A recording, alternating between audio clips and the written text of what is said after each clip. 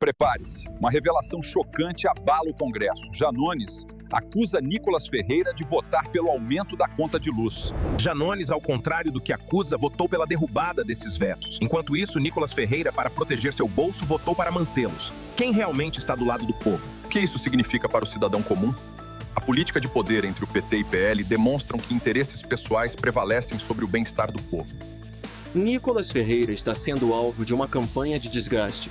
Mas quem realmente está agindo contra o povo? O povo está pedindo transparência dos seus representantes. E vamos acompanhar tudo agora para que você entenda os detalhes. Tem um embate que está acontecendo aí nas redes sociais entre dois personagens interessantes da política, o deputado federal André Janones e o deputado federal Nicolas Ferreira. O André Janones, ele foi às redes sociais para dizer que Nicolas Ferreira votou pelo aumento da conta de luz. Mas foi Janones quem se posicionou pela retomada dos trechos de uma lei que pode encarecer a energia elétrica. Qual que é o contexto, né? Nessa semana, o Congresso Nacional derrubou alguns vetos do presidente Lula a uma lei que regulamenta as usinas eólicas offshore, aquelas que ficam em alto mar. A lei foi promulgada, dentro dessa lei houve uma série de jabutis, né? Uma série de artigos ali meio que contrabandeados para dentro dela, que favorecem interesses de algumas empresas e que, ao fazê-lo, encarecem a conta de luz. Esse é o contexto, né? Num vídeo publicado nas redes sociais, o André Janones acusou o Nicolas Ferreira de articular, junto com a oposição, o aumento na conta de energia para todo o povo brasileiro. Ele ainda afirmou que é preciso desmascarar esses canalhas, aí nas palavras do André Janones, que querem prejudicar o povo brasileiro. Só que, inclusive, a ampla maioria dos parlamentares do PL votou pela derrubada de parte desses vetos do Lula. Mas o PT também votou pela derrubada desses vetos. Houve um acordo.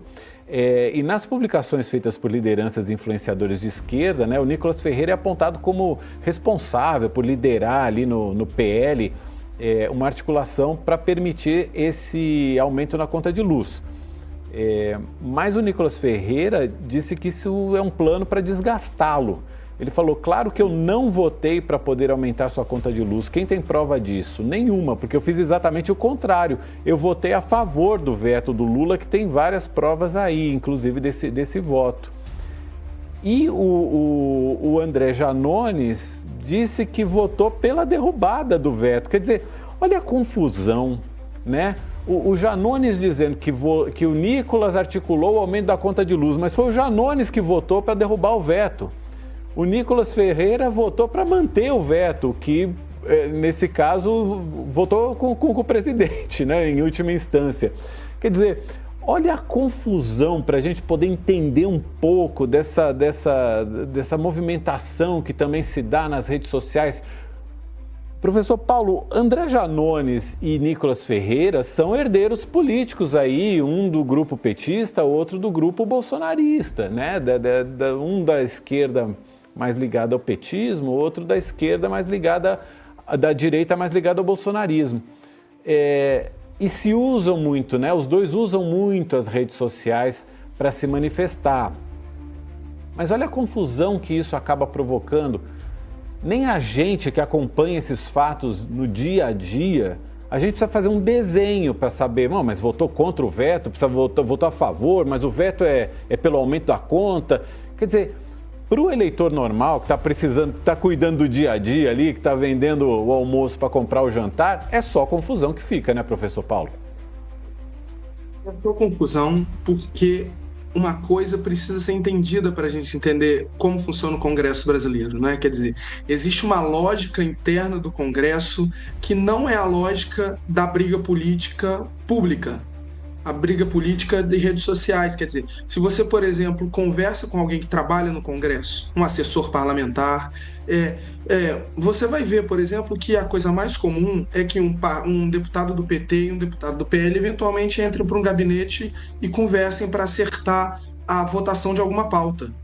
porque o Congresso tem uma agenda, o Congresso tem uma pauta, tem uma fila de projetos para ser votado, e isso tudo é negociado. É claro que o presidente da Câmara, por exemplo, tem uma capacidade de controlar a agenda do Congresso, mas isso tudo é negociado. Quer dizer, o Congresso é um espaço de negociação constante entre partidos que, inclusive, são partidos de oposição em situação, porque partidos de oposição também dependem de liberação de recursos do governo federal para pagar as emendas, mesmo as emendas impositivas. Quer dizer, o Congresso não é o que os deputados fazem parecer no show que é exposto à população, né? Quer dizer, e o Janones e o Nicolas Ferreira são artistas desse show, sobretudo. Eles são pessoas que projetam uma imagem de combatividade, de assumir posições ferrenhas, mas, no geral, a negociação feita dentro do Congresso, e essa questão da conta de luz, na verdade, o governo assumiu uma posição, o Congresso negociou com o Congresso assumiu outra posição, houve um veto no aumento da conta por parte do governo. O governo está tentando passar a imagem de que vai baratear a conta de luz, quer dizer, então é uma disputa de narrativas para produzir efeitos políticos, mas que, na verdade, não reflete e nunca reflete, esse é o ponto. O discurso público dos deputados e senadores nunca reflete exatamente o que acontece no Congresso. Isso tem um efeito para a população, que é esse que você já mencionou, quer dizer, passa a imagem de o Congresso é uma grande negociata que, na verdade, é uma negociata feita por baixo dos panos, mas não é isso. É porque a vida cotidiana do Congresso, ela tem uma lógica própria de negociação, de negociar pautas, de negociar agendas, de negociar liberação de recursos, de negociar um certo diálogo com o governo, que é necessário, porque o orçamento está na mão do governo, que não é o tempo, digamos assim, não obedece o tempo do debate público que chega nas redes sociais, né? Esse me parece o grande ponto dessa questão. Se esse tipo de jogo político também te revolta, então você precisa estar com a gente. Deixa o like agora, se inscreve no canal e ativa as notificações para não perder o que vem por aí, porque ainda tem muita coisa sendo escondida. Agora responde aí nos comentários. Quem você acha que realmente está do lado do povo nessa história? Quem acusa ou quem vota?